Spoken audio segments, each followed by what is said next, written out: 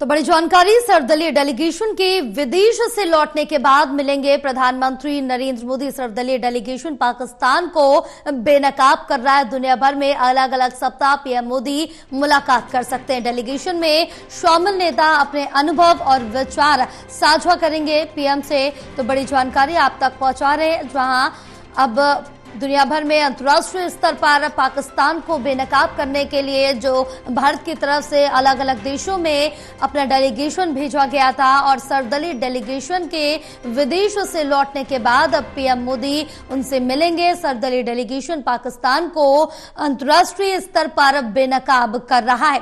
हमारे साथ associate editor Pradeep Kumar लगातार बने हुए हैं और ज्यादा जानकारी लेंगे प्रदीप से। प्रदीप, जिस तरह से देखें कि भारत की तरफ से ऑपरेशन सिंदूर के बाद जो डेलीगेशन था अंतर्राष्ट्रीय स्तर पर अलग अलग देशों में भेजा गया था पाकिस्तान को बेनकाब करने के लिए, अब सर्वदलीय डेलीगेशन के विदेश से लौटने के बाद पीएम उनसे मिलेंगे।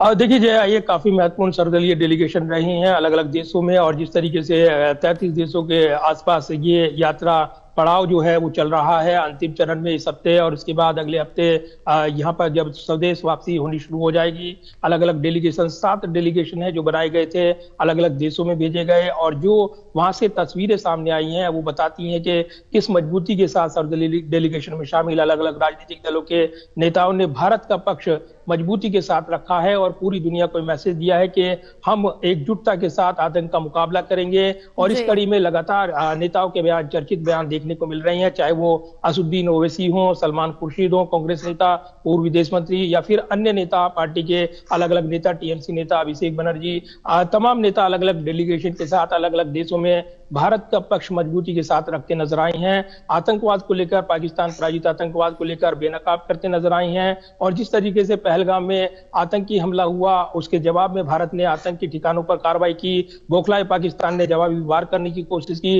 लेकिन उसको जोरदार जवाब दिया गया। ये पर्दाफाश इन डेलीगेशंस ने अलग अलग देशों में किया है। कोलंबिया अपना रुख बदलता नजर आया, जब शशि थरूर वहां डेलीगेशन की अगुवाई कर रहे थे, उन्होंने जोरदार तरीके से भारत का पक्ष रखा था। तो भारत को एक बड़ी कूटनीतिक कामयाबी इस डेलीगेशन के जरिए मिली है।